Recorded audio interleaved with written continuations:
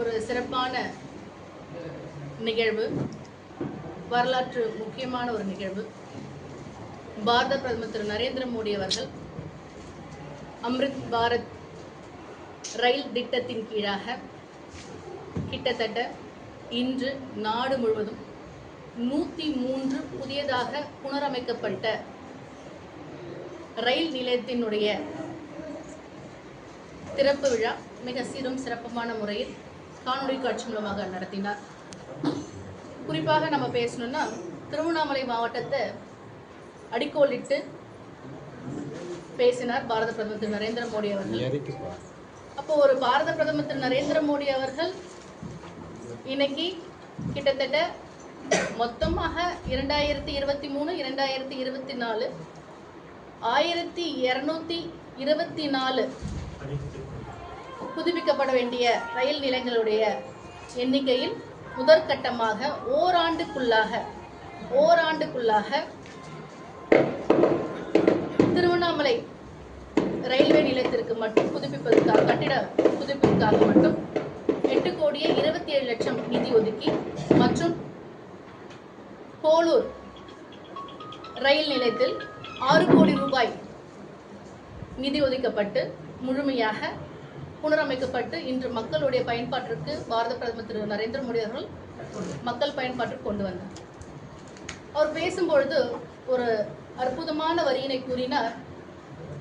இந்த ரயில் நிலையத்திற்கு எஜமானர்கள் நாங்கள் கிடையாது, பயணம் செய்கின்ற நீங்கள் தான் எஜமானர்கள் என்று கூறினார்.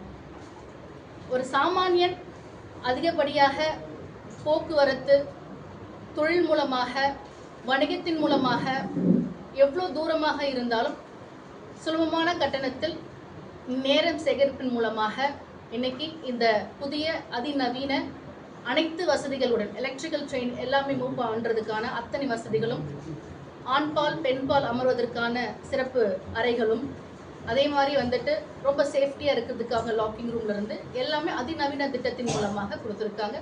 இந்த நேரத்தில் திருவண்ணாமலையினுடைய மாநகர மக்களின் சார்பாக பெரும் நன்றினை தெரிவித்துக் கொண்டது பாரதிய ஜனதா கட்சி. இன்னைக்கு பாரத பிரதமர் திரு நரேந்திர மோடி அவர்கள் திருவண்ணாமலையை மேற்கோளிட்டு காட்டுறதுக்கு முக்கிய காரணம், அதிகப்படியாக புண்ணிய தலமாக திருவண்ணாமலை மாநகரம் மாறிக்கொண்டிருக்கின்ற வேளையில் லட்சோப மக்கள் கிட்டத்தட்ட திருக்கார்த்திகை தீபத்தன்று 30 லட்சத்திற்கு, கடந்த ஆண்டு பார்த்து 30 லட்சத்திற்கும் மேலாக கிரிவல பாதையை மக்கள் இறைவனோட பெறுவதற்காக சுற்றி வந்தார்கள், வலம் வந்தார்கள். ஆனால் நாளுக்கு நாள் ஒரு மைய பகுதியாக, ஆன்மீகத்துக்கான சிறந்த மைய பகுதியாக திருவண்ணாமலை உருமாறி கொண்டிருக்கிறது. அதே மாதிரி மாநகரமாக தரம் உயர்த்தப்பட்டிருக்கிறது. அப்போ ஒரு நாளைக்கு கிட்டத்தட்ட 80,000 பேர்கள் கிட்டத்தட்ட இந்த வழியில பயணம் செய்கிறாங்க, அருள் பெறதுக்கு வராங்க. அதற்காக இன்னைக்கு எல்லா தரப்பிலிருந்தும் எல்லாரும் மக்களுமே இந்தியா முழுக்க இந்த புண்ணிய ஸ்தலத்திற்கு வருவதற்கான ஒரு நல்ல முறையில் ரயில் திட்டத்தை வந்தே பாரத் ட்ரெயின் நம்ம சைடில் கடந்து செல்லுது. அதே மாதிரி நல்ல ஒரு வசதிகள் நிறைந்த பாதுகாப்பான புதிய கட்டிடம் அமைக்கப்பட்டு கொண்டிருக்காங்க. அதுக்காக நன்றி தெரிவிச்சுக்கோம். இன்னொரு விஷயம், இதை மாதிரி இந்த தளம் இன்னும் முன்னேற்ற பாதையில் மக்களோடைய அதிகமாக பயணிக்க வேண்டிய இடத்துல நல்ல வசதிகளை தரம் உயர்த்தி கொண்டிருக்கிறது மத்திய அரசாங்கம், பாரத பிரதமர் திரு நரேந்திர மோடி அவர்கள். ஆனால் இன்னைக்கு திருவண்ணாமலை மாநகரம் என்று நம்ம கூறினால் கூட, இன்னும் நகராட்சி தரத்திலிருந்து உயர்த்தப்பட்டிருந்தால் கூட இன்னும் முழுமையாக இன்ஃப்ராஸ்ட்ரக்சர் டெவலப்மெண்ட், நான் உடனே வந்துடணும்லாம் சொல்ல வரல, ஆனால் என்ன மாதிரியான இன்ஃப்ராஸ்ட்ரக்சர் டெவலப்மெண்ட் மூலமாக திருவண்ணாமலை மாநகரம் மாறப்போகின்றது மிகப்பெரிய கேள்விக்குறியாக இருக்கிறது. ஏன் இது கேள்விக்குறி என்று பாரதிய ஜனதா கட்சி நாங்கள் முன்காலமாக எடுத்து உங்களுக்கு மத்தியில் பத்திரிகை நண்பர்கள் முன்னாடி வைக்கிறோன்னா, கிட்டத்தட்ட ஒரு நாளைக்கு மட்டுமே நீங்கள் கணக்கு எடுத்தீங்கன்னா 10,000 பேர் கிரிவலம் வராங்க. அப்போ அந்த 10,000 பேர் உள்ளே போகிறாங்கன்னா வாகனத்தில் வெளியே போகிறாங்க. அவங்களுக்கு முழுமையான வசதிகள் எதுவும் ஏற்பாடு செய்ய கொடுக்கப்படல. அதே மாதிரி திருவண்ணாமலை அண்ணாமலையார் ஆலயத்துக்குள் பார்த்தீங்கன்னா ஒரு நாளைக்கு குறைஞ்சதா, ரொம்ப நான் பேசுகிறேன் மினிமம் தான் சொல்கிறேன், எதிர்பார்ப்பு 10,000 பேர் உள்ள நீண்ட வரிசை, கிட்டத்தட்ட 4 மணி நேரம், 5 மணி நேரம், 6 மணி நேரம் கூட சில நேரங்களாக இருக்கின்றது. நீண்ட வரிசையில் நின்று சுவாமி தரிசனம் செய்கின்றார்கள். ஆனால் அவங்களுடைய இயற்கை உபாதைகளுக்காக தனிப்பட்ட முறையில் பிரத்யேகமான கவனங்கள் எதுவும் கொடுக்கப்படாமல் இருக்கின்றது. ஆனால் இந்த ஆலயத்தினோட வருமானம் முழுமையாக இங்கே பயன்படுத்தப்படுகிறதா என்றால் அது எங்களுக்கு மிகப்பெரிய கேள்விக்குறியாக இருக்கின்றது. ஆனால் வணிக வளம் கட்டுவதற்காக மட்டுமே முனைப்பு காட்டுகின்ற இந்த அறநிலையத்துறை பக்தர்களுக்காக அமர்ந்து செல்வதற்காக ஒரு வெயிட்டிங் ரூம் கொடுக்கலாம். அதே மாதிரி வந்துட்டு உணவு ஏற்பாடு செய்து கொடுக்கலாம். ஏன்னா நிறைய மக்களுடைய பக்தர்களுடைய காணிக்கை அதிகப்படியாக திருவண்ணாமலை திருக்கோயிலுக்கு வந்து கிடைச்சிட்டு இருக்கு.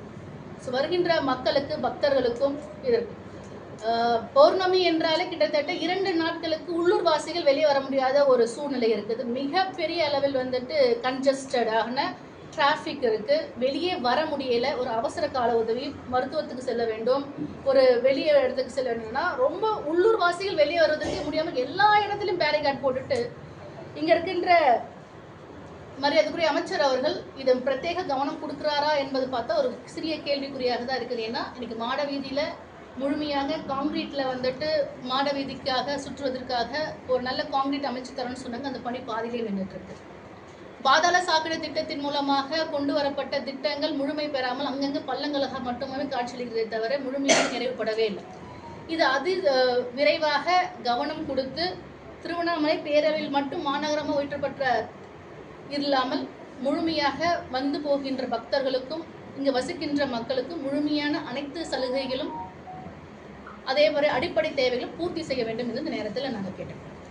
ஆன்மீக திட்டம் இருக்கிறதுனால தான் இன்னைக்கு பாரத பிரதமர் நரேந்திர மோடி அவர்கள் திருவண்ணாமலையை மேற்கோளிட்டு காமிச்சு அங்க இருக்கிறவங்களுக்கு எல்லாருக்கும் சிறப்பு வந்து இறைவனோட அருள் பெறுவதற்காக பிரத்யேகமாக நவீன முறையில் எத்தனை லட்சம் மக்கள் வந்திருந்தா கூட அவங்களுக்கு பயன்படுகிற அதே நவீன 1 ஆண்டுக்குள்ள முடிச்சதுக்கு தான் சொல்லியிருக்காங்க.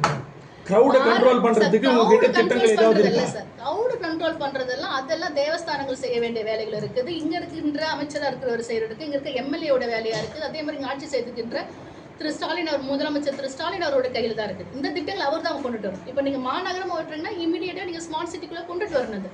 ஸ்மார்ட் சிட்டிக்குள்ள கொண்டுட்டு வந்தீங்கன்னா 5 லட்சத்துக்கு உட்பட்ட மக்கள் இருந்தால் மட்டும்தான் அதெல்லாம் கொண்டுட்டு வர முடியும். இப்போ பாத்தீங்கன்னா இப்போத்தி கணக்கு பிரகாரம் பாத்தீங்கன்னா 1 லட்சம் மக்கள் தான் மட்டும் வாக்களிச்சிருக்காங்க. புதிதாக இணைக்கிட்ட பகுதிகள் எல்லாமே கிராமப்புற பகுதியில இருக்கு. 9 பேரூராட்சி இணைக்கப்பட்டிருக்குது. ஸோ கிட்டத்தட்ட வந்துட்டு 1 லட்சம் பேர் மட்டும் உள்ள வரணும். அப்பதான் மத்திய அரசாங்க திட்டத்தின் மூலமாக அம்ருத்தாக இருந்தாலும் சரி, அதே மாதிரி உங்களுடைய அபிவிருத்தி திட்டமாக இருந்தாலும் சரி, இன்ஃப்ராஸ்ட்ரக்சர் டெவலப்மெண்டாலும் சரி, ஸ்மார்ட் சிட்டியாக இருந்தாலும் கேட்க முடியும். இதற்காகவே பிரத்யேக மக்களால் தேர்ந்தெடுக்கப்பட்ட எம்பி அவர்கள் இதற்காக ஏதோ பிரத்யேகமாக கவனம் கொடுத்து வந்துட்டு நம்மளுடைய ரயில்வே துறை அமைச்சர் மரியாதைக்குரிய அஸ்வின் அவரோட இடத்துல கொடுத்துருக்காங்களா, இல்லைன்னா வந்துட்டு பாரத பிரதமர் நரேந்திர மோடியை சந்திச்சு கொடுத்துருக்காங்களா, ஒரு முறையா சந்திச்சு செஞ்சிருக்காங்களா? லட்சங்கள் வராங்க எல்லாருமே சொல்றீங்க. அதுக்காக கடமையா எடுத்து செய்ய வேண்டிய எம்பி அவர்கள் என்ன செய்துட்டு இருக்காரு? அவருடைய தலைமையில் தானே நடந்துட்டு இருக்கு. இப்ப இன்னைக்கு வந்துட்டு ரயில்வே ஸ்டேஷன்ல வந்து நின்று திறப்புழாவது முதல்ல திறந்து வச்சாரு. அவரோட திருக்குறங்களும் திறந்து வந்து வச்சாரு. அவருக்கு ரெஸ்பான்சிபிலிட்டி இருக்குல்ல, அவர் செஞ்சு கொடுக்கும். எங்கிட்ட கேள்வி கேட்கும்போது நிச்சயமாக பாரதிய ஜனதா கட்சி மூலமாகவும் நாங்களும் எங்களோட தரப்புல இருந்து நாங்களும் வந்துட்டு சிறப்பு கவனம் கொடுக்க மாட்டேங்கிறது நம்மளுடைய ரயில்வே துறை அமைச்சர்கிட்ட கேட்டுக்கும் பாரத பிரதமரோட